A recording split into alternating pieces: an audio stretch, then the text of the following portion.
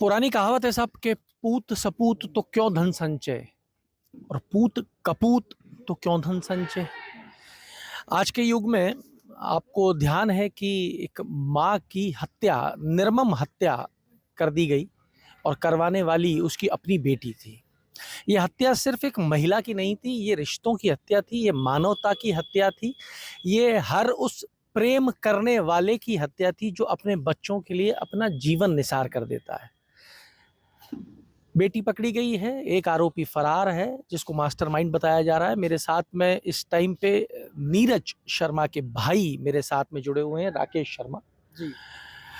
राकेश जी से जान लेते हैं कि क्या कुछ नए डेवलपमेंट जो हैं वो इस मामले के अंदर हुए हैं, क्योंकि ये मामला प्याज की तरह परत दर परत खुलता जा रहा है और बहुत से नई चीज़ें सामने आ रही हैं। राकेश जी, परत दर परत हटती जा रही है और हर परत के पीछे एक नया राज और एक रहस्य छुपा हुआ है जो अब उजागर हो रहा है। जी, बिल्कुल। मैं इस मीडिया के माध्यम से निवेदन करना चाहूँगा कि जिस तरीके से मैंने मेरी जो वो आयुषी थी, उसने 6:26 से मुझे कॉल किया और एक नॉर्मल रूप से कॉल किया, जैसे कि पड़ोसी सूचना देते हैं कि मम्मी का एक्सीडेंट हो गया और मर गई। फ़ोन काटने के बाद में उसका मेरे पास बिल्कुल फ़ोन नहीं आया। थाने पे फिर दोबारा 1156 फ़ोन आता है।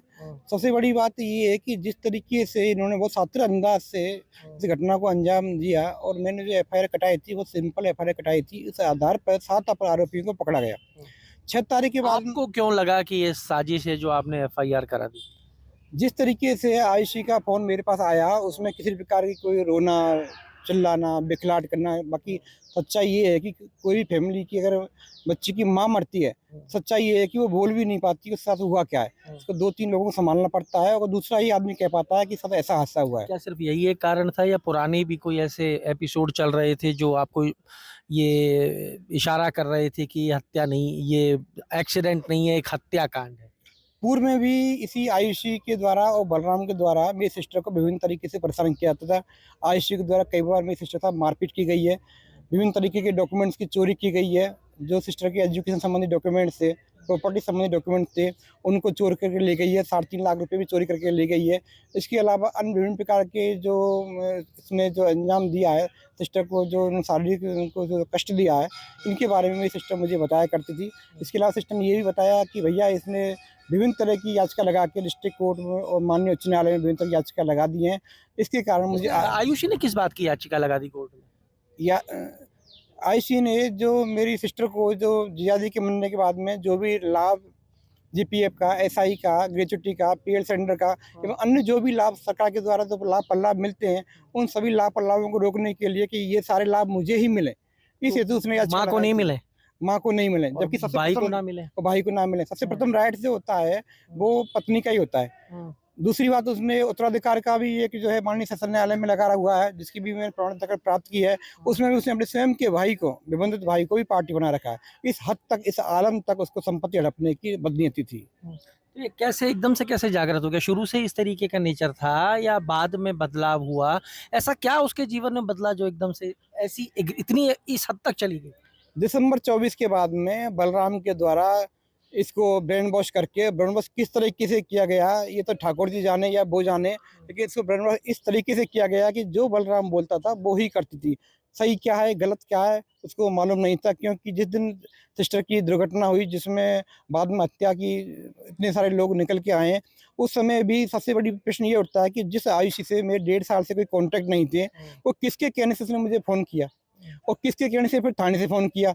एक बार फ़ोन सूचना देने के लिए किया था, इसके बाद में कोई फ़ोन मेरे पास नहीं आया, तो संदेह होना तो लाज़मी है, लेकिन रिमोट कंट्रोल किसके हाथ में था, ये संदेह का। आपकी बहन ससुराल में जॉइंट फैमिली में रहा करती थी या अलग रहते थे? नहीं, उनका स्वयं का या राजेंद्र नगर में मकान था, वो अलग रहते थे। ससुराल वाले जो है वो अपने गाँव में रहते थे।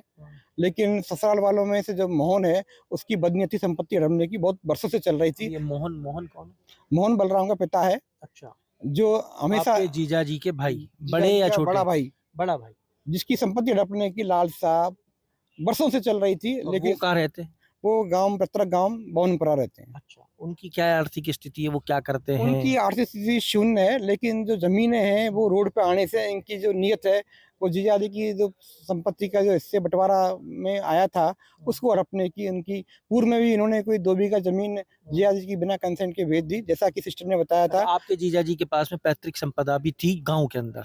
बिल्कुल, जो भी हिस्से में बँटवारा हुआ था, उस हिस्से के हिसाब से 5 बीघा के लमसम ज़मीन मेन हाईवे रोड पे थी। अच्छा। उसको हड़पने की बदनीयती से वो विभिन्न सालों से, बरसों उस से 5 प्रयास कर बीघा रहे थे। को उन्हीं का सगा भाई हड़पना चाहता था।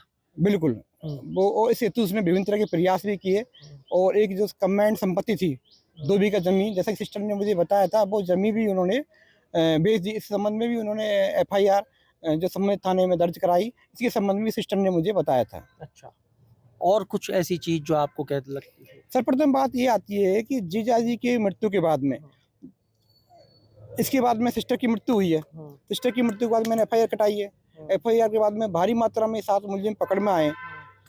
इनमें से कृष्णा को पुलिस पकड़ के लाई है, हिरासत में भी लिया है, लेकिन इसे छोड़ दिया गया। मैंने पुलिस से मालूम की भाई इसे क्यों छोड़ दिया गया, बोले कोई आधार नहीं मिले, कोई फ़ोन नहीं मिला, कोई व्हाट्सएप कॉलिंग नहीं मिली, कोई कॉन्टैक्ट नहीं मिला। तो मैं ये कहना चाहूँगा कि आज से 25 साल पहले जो हत्याएँ हुआ करती थी, जब मोबाइल अस्तित्व में नहीं थे, व्हाट्सएप अस्तित्व में नहीं थे, तो क्या किसी का फ़ोन से, व्हाट्सएप से कॉन्टैक्ट होना ही हत्या का प्रमुख कारण होता है? अगर कोई व्यक्ति बिना फ़ोन, मोबाइल का यूज़ किए और हत्या कर दे, तो क्या वो हत्यारा नहीं माना जाएगा? क्या उनका एलिमिनेशन नज़र नहीं आता? सबसे बड़ी बात ये आती है कि जीजाजी की जैसे ही मृत्यु हुई है, तो उनकी अंगूठी, सोने-चांदी की अंगूठी और जो लर, उनको छीन लिया गया। इसके बाद में जीजाजी का मोबाइल जब्त कर लिया गया, जिसके अंदर वो सिम थी, जिसमें जीजाजी के जो खाते, आधार कार्ड, पैन कार्ड, सारी सरकारी सेवाओं के जो लाभ, आरटीजी कार्ड में सारा नंबर, वो उसी ये नंबर, सब किसने किया? ये उसी कृष्णा ने मोबाइल और सिम को जब्त कर लिया। जब्त करने के बाद में सबसे बड़ी बात आप ये देखोगे कि मृतक के व्यक्ति के मरने के बाद में सिम को कृष्णा ने एमएनपी करा लिया। ये कितनी मतलब शर्मनाक बात है। नियम ये कहता है कि अगर कर्मचारी मर जाता है तो उसके बाद में किसी भी प्रकार की कोई भी कार्रवाई, गतिविधि, कोई फॉर्म, हाँ, नहीं हो आवेदन किसी प्रकार का नहीं हो सकता। सर, एक सवाल ये खड़ा होता है कि जब इतना सब कुछ घटा, आपके जीजाजी की संपत्ति पे कब्जा करने का प्रयास किया, कुछ ज़मीन बेच दी गई, उनकी अंगूठी, जो भी आप चीज़ें बता रहे हो, उसके बावजूद उनकी खुद की बेटी जो है, वो उन लोगों से कैसे मिल गई, जो लोग आपके जीजाजी पे ही अत्याचार कर रहे थे? सबसे बड़ी बात ये आती है, आपका प्रश्न जायज़ है कि दिसंबर 24 के बाद में बलराम के द्वारा आयुषी को किस तरीके से ब्रेन वॉश किया गया, वो ठाकुर जी जाने या वो लड़की जाने। वो क्या कह नहीं पाई, क्या रहा उसके साथ में, क्या पोजीशन रही, वो जो है इन्वेस्टिगेशन का समझदार पार्ट है। लड़की है, वकालत कर रही है, अडल्ट है, खुद की समझ रखती है, उसको नज़र नहीं आ रहा था कि मेरे पिता के साथ में इतना बुरा किया जा रहा है? देखो, सबसे बड़ी बात ये आती है कि संपत्ति तो उसकी लीगल राइट्स में आती थी। ये तो अंडरस्टूड बात है कि जो चीज़ उसकी किसकी? है आयुषी की, क्योंकि बच्चा एबनॉर्मल था। सिस्टर के पास जो भी संपत्ति थी वो लीगल रूप से उन्हीं वो की तो होनी आयुषी थी। को चली जाती, पर आयुषी जो आप बता रहे हो उन लोगों के साथ उसने ब्रेन वॉश कर दिया बलराम ने, तो आयुषी को नज़र नहीं आ रहा था कि बलराम के परिवार वाले तो मेरे पिता के साथ ऐसा व्यवहार रख चुके हैं? जब आदमी ब्रेन वॉश का मतलब ब्रेन वॉश ही होता है। ब्रेन वॉश का शाब्दिक अर्थ यही होता है कि किसी की वसीयत हो जाना और जो कहता है वो करते जाना। इसी का ब्रेन वॉश का शाब्दिक अर्थ ये होता है। मैं आपसे ये कहना चाहूँगा कि जीजाजी की मृत्यु के बाद में जिस तरीके से इनको एमएनपी कराया गया, इसमें कंपनी का कर्मचारी भी दोषी है। क्योंकि अगर पत्नी भी अगर एमएनपी कराती है तो उसके लिए मृत्यु प्रपत्र लगाना पड़ता है, 100 रुपए का एफिडेविट भी देना पड़ता है और जो भी लीगल कार्रवाई होती है वो करनी पड़ती है। इसके बाद में ही पत्नी एमएनपी करा सकती है। लेकिन एक भतीजे के द्वारा एमएनपी कराना, आप लगा सकते हो किस तरह की बदनीयती थी। एमएनपी कराने के बाद में उसने कौन से लाभ पल्ला प्राप्त किए हैं, जो जीजाजी के खाते में पैसे थे उन सब पैसों को उसने ट्रांजेक्शन की जाँच की जाए। और आयुषी के आपके जीजाजी कितने समय तक बीमार रहे और कितने समय के बाद में उनकी मृत्यु हुई, और उस वक़्त जब बीमार थे तो आप लोग कहाँ थे? उनकी क्या, आप लोगों की कैसे संबंध थे? मेरे जीजाजी के 2 बार ब्रेन हेमरेज हुआ। फर्स्ट बार ब्रेन हेमरेज हुआ, 15-20 दिन में सही हो गई थी, उन्होंने अपनी ड्यूटी संभाल ली थी। इसके बाद में सितंबर 24 के में उनका ब्रेन हेमरेज वापस हुआ। अस्पताल में भर्ती रहे, एसएमएस से भर्ती रहे 2 महीने। वहाँ मैंने उनकी सेवा की, लगातार सेवा में रहा, पैसे से भी रहा, फिजिकल भी रहा, ब्लड भी दिया, जो भी चीज़ें आवश्यकता पड़ी मैं हमेशा तैयार रहा। उनको बाद में इन्फेक्शन के हिसाब से निमिक में भर्ती करा दिया गया, वहाँ भी मैं सेवा में रहा। लेकिन जैसे ही इनकी बदनीयती मालूम पड़ी, मैंने भी जो पैसा भुगतान दिया इसके बारे में पूछने लगा, तो बच्ची का जो व्यवहार था, जो जवाब था, बिल्कुल असंतोषजनक था। जीजाजी की सैलरी लगातार आ रही थी, जिसके बारे में हमको दिसंबर 24 में मालूम पड़ा, ये भी उन्होंने गोपनीय रखा। इसके बारे में पूछा तो भी उनका कोई जवाब संतोषजनक नहीं था। अपनी मेरी सिस्टर से भी वो पैसा लेती रही, जैसे ही उसको जरूरत पड़ी, जबकि आरजीएसएस में हॉस्पिटल में इलाज चल रहा था तो पैसे की आवश्यकता ही नहीं थी, फिर भी उसने जांच, सरकारी कर्मचारी थे वो, तो सरकार के कर्मचारी जिम्मेदारी थी, आरजीएस कार्ड से उनका इलाज चल रहा था। तो इतनी भारी मात्रा में उस अवधि में जो लाखों रुपए उन्होंने मेरे से, यानी कि सैलरी का 90,000 रुपये सैलरी की लमसम आती थी, सिस्टर से पैसा लिया। उस पैसे को आईसी के खाते से बलराम का खाता, आईसी खाते से मोहन का खाता और आईसी खाते से कृष्णा के खाते की जांच की जाए तो भारी मात्रा में ट्रांजेक्शन निकल कर आएगा। तो आपको अंदेशा ही है, या सिर्फ आपके पास में कोई सबूत भी है कि ये ट्रांजैक्शन हुए हैं? सबूत तो पुलिस जब इन्वेस्टिगेशन करेगी तो निश्चित रूप से निकल के आएगी, इसमें कोई शक नहीं। दूसरी बात ये आती है, कृष्णा ने जब एमएनपी कराई तो किस उद्देश्य से कराई, तो निश्चित रूप से जब आदमी बदनीयती रखता है वो एमएनपी कराता है, इतना बड़ा उसने गैर कानूनी तरीके से उनको एमएनपी कराया तो कर्मचारी को प्रभावित किया होगा, और इतने और उससे जाकर के उन्होंने जब सिम एमएनपी कराई तो निश्चित रूप से जीआरडी का जो भी कोष होगा, तो सैलरी अकाउंट था, उससे निश्चित रूप से उसने पैसा प्राप्त किया होगा। इसकी ट्रांजेक्शन की जांच की जानी चाहिए। हाँ, देखिए साहब, परिवार जो है वो निरंतर आरोप लगा रहा है। ये बहन का परिवार है जो निरंतर आरोप लगा रहा है। इनके पास में अब खोने को कुछ नहीं बचा है। इनकी बहन जा चुकी है, भांजी जो है वो पुलिस की हिरासत के अंदर है, और जो भांजा है वो स्पेशल चाइल्ड है। इनका आरोप है कि पैसे के लिए कोई इस स्तर तक कैसे जा सकता है कि किसी की जान ले ले। विवाद हो सकते हैं, मतभेद हो सकते हैं, मनभेद भी हो सकते हैं, पर किसी की हत्या कर दे, और वो भी अपनी ही माँ की हत्या कर दे। परत दर परत जैसे जैसे खुलती जा रही हैं, वैसे वैसे यहाँ नित नए राज निकल कर सामने आ रहे हैं।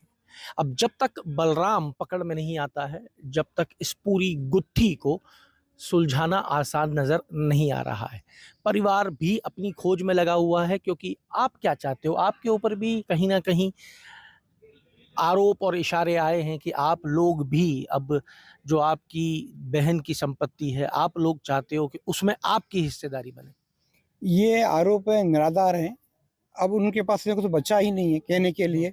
भारी मात्रा में लोग पकड़ में आए हैं और खुद उन लोगों ने मिलकर स्वीकार किया कि हमने संपत्ति हड़पने के लिए, सरकारी नौकरी प्राप्त करने के लिए हमने इन्हें मारा है। इस लड़ाई के पीछे आपका उद्देश्य क्या है? आप क्या चाहते हैं? मुझे मेरी बहन की आत्मा को शांति मिले, उसको न्याय मिले, और जो संबंधित जो दोषी हैं वो आजीवन कारावास की सजा भुगतें। मेरा न्यायालय से भी मेरा यही निवेदन है। मामा होने के नाते क्या कभी जीवन में अपनी भांजी को, जो आपके लिए मोक्ष का द्वार है, आप तो ब्राह्मण आदमी हो, भांजी को तो खिलाना ही अपने लिए बहुत बड़ी बात होती है, क्या उसको जीवन में कभी माफ कर पाओगे? नहीं सर, इतना जघन्य अपराध होने के बाद में अगर मेरा कोई पुत्र भी ऐसा अपराध करता है तो मैं चाहूंगा कि उसको आजीवन कारावास की सजा मिले। माफ कभी नहीं कर पाएंगे? नहीं सर, माफ नहीं कर पाएंगे कभी भी। और अगर उसकी जगह खुद का पुत्र भी होता तो भी सजा बराबर की ही परिवार मांग कर रहा है। गला भराया है बहन की यादों के अंदर। अब आस सिर्फ न्यायपालिका से है कि वो न्याय करे। आपके राज्य की खबरें, आपके शहर की खबरें सबसे पहले जानने के लिए देखते रहें अमर उजाला। चैनल को सब्सक्राइब जरूर कर लें और पाएं हर अपडेट।